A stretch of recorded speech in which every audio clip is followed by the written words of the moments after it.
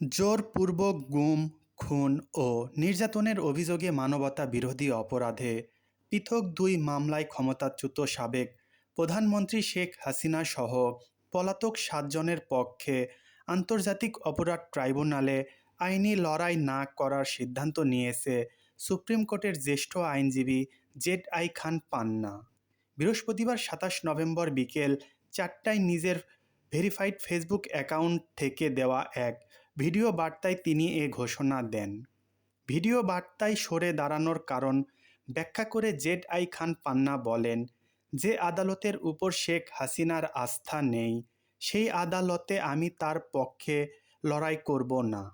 আমি এই ভিডিও বার্তার মাধ্যমে বিষয়টি জানালাম। রাষ্ট্র নিযুক্ত আইনজীবী হিসেবে নিয়োগ প্রক্রিয়া ও পদত্যাগ প্রসঙ্গে বলেন, রাষ্ট্র আমাকে শেখ হাসিনার আইনজীবী হিসেবে যে নিয়োগ দিয়েছে তার ফরমাল চিঠি এখনও পাইনি। চিঠি পেলে আমি ফরমাল ওয়েতে পদত্যাগের বিষয়টি জানাব।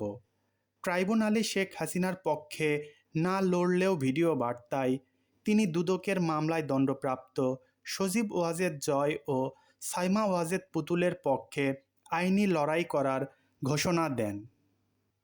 এছাড়াও নিজের বন্ধুর পক্ষে লড়ার কথা জানিয়ে তিনি বলেন, সম্প্রতি আমার বন্ধু অ্যাডভোকেট ফজলুর রহমানের বিরুদ্ধে আদালতে মামলা হয়েছে।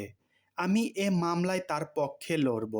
এর আগে গত ২৩ নভেম্বর বিচারপতি মোহাম্মদ গোলাম মর্তুজা মজুমদারের নেতৃত্বে ২ সদস্যের আন্তর্জাতিক অপরাধ ট্রাইব্যুনাল এক গুম ও নির্যাতনের ঘটনা করা মানবতাবিরোধী অপরাধে পৃথক ২ মামলায় ক্ষমতাচ্যুত প্রধানমন্ত্রী শেখ হাসিনার পক্ষে রাষ্ট্র নিযুক্ত আইনজীবী হিসেবে জেড.আই খান পান্নাকে নিয়োগ দেয়।